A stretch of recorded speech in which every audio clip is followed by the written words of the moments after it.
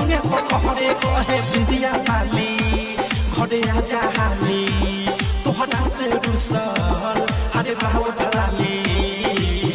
जाके तू बसल बारो पहरे जवानी राजा पलंगे पकड़े आगी के जही से लहरे जवानी राजा पलंगे पकड़े